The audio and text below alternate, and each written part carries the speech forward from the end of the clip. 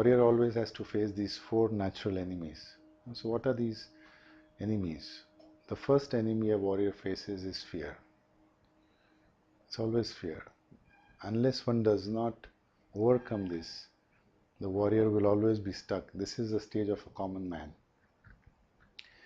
And what happens is, the common man wants to stay in the known. It's not the unknown which is outside of him, but the unknown is one's own unconscious, one's own mind, one's own self, one's own conditioning patterns, the vikara, the sankharas. This is the unknown. And they don't want to face their own reality. They don't want to see their own selves. The own ugliness within is not needed to be seen. So they don't want to go into the meditative state. Because all that will come up. All that will come out, the unknown. And that is the fear. And so that's why they rely on some external Baba, Atma, Mahatma, Guru to take all their pains away, which will never come up, never be possible. There is no external entity who's ruling our lives. Why would they? But a warrior will say, no, I must take responsibility of my own actions, because you want freedom. You're working for your freedom. If you want freedom, along with freedom comes responsibility. The ones who always throw their responsibility on some external source, Atma, Mahatma, Baba, Guru, does not want to take responsibility. And such people are not warriors. They will never win the battles within themselves. The ugliness will remain. And all these Babas and Gurus, so-called, will exploit the masses, the herd mentality. The herd mentality will always follow like that. The greatest minds, scientific minds of the century, one of them was Albert Einstein. And he always said this, that if you're in a herd, you can never outrun the herd that you're following. But if you walk your own path and take the path of your own choice, follow the path with a heart, that's a warrior's choice, there is a very high possibility you will find your other shore. You will not have to follow somebody else, but people will come with you together as a support. So fear of the unknown, and the unknowable will never be known.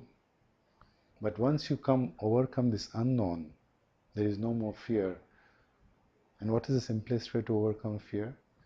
Let's take an example. You want to watch a movie, a horror movie. People don't like horror movies because it creates fear. You see it one time, take the daring, take the challenge.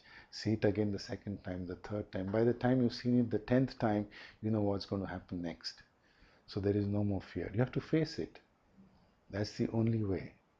Unless you don't face your fears, the unknown, you'll never be able to overcome.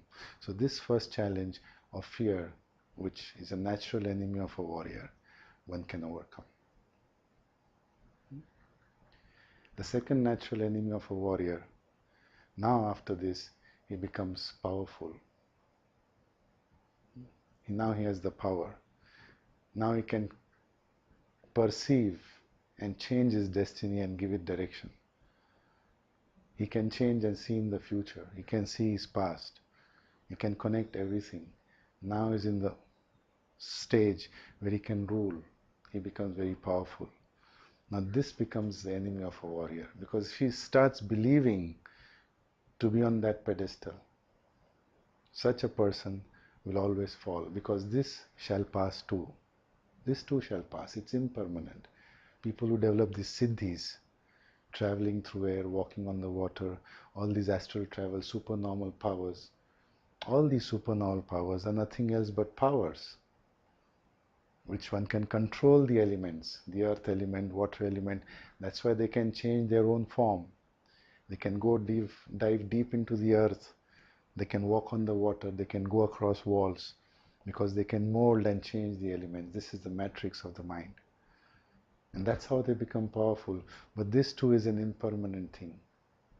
One can touch the moon and the sun and the stars with one's own hands, but still that power is useless. That's not the aim of the Dharma. You still not purified the mind, because there is ahankar, there is ego. And in today's time, I was just talking today morning to somebody and talking about ego. I said ego is a very essential tool In the spiritual world, it is used as a way to snatch away your freedom. I say, no, you must have an ego. An ego is a necessary tool to function in your daily life. But the problem or the point is that you are not aware of it. Right? You're not aware of the ego. That creates a problem. It's like a sharp knife, a sharp sword. If you're not aware of its sharpness and its potential to kill, you keep cutting your own self with the ego. Right? So you have to use it with wisdom. You have to become aware of the ego and use it with wisdom in your daily life. So such a power can be used as a blessing for a warrior to transcend to the next level. The next level, what becomes? He becomes clear. He has clarity. Now he's very clear. He's completely one-pointed, concentrated. And with this clarity comes another subtle ego. Now I know everything.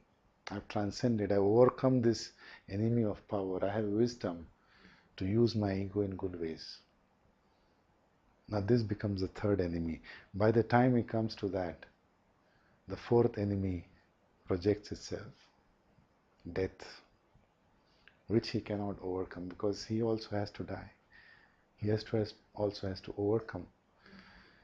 But this death, if he works with wisdom, with his clarity, with his powers that he has, the fear is already gone. He no more has any more fears. He comes to this point with clarity and sees that death is nothing else but a state of mind. If he is in a state of no mind, if he is in a state of situation where time does not exist, time ceases to exist. That's what the Big Bang Theory talks about. In the Big Bang Theory, before the universe exploded, from that one point, till that point there is no time. Time starts only after the Big Bang. Time starts only after the mind starts moving. Time starts only after the thought starts to move. Only till that point. But when you come to a point where time does not exist, mind also will not exist. Death becomes just an hallucination. It's an illusion of the mind. So one overcomes death. One is in the presence of nirvana. The unconditioned, the unformed, the unknowable. It's already there. We don't see it because we are deluded. We don't see because there is ignorance. We don't see because we are clouded with our perceptions, our colors, our ideas, our notions of I, me, myself. It's already here in this moment, but we can't see. So this, the warrior overcomes his final enemy, deathless. He experiences the state beyond death. This is deathlessness. This is the journey of a warrior, the four enemies, right? So this is what we have to understand. This is what you have to work with. Walk the warrior's path.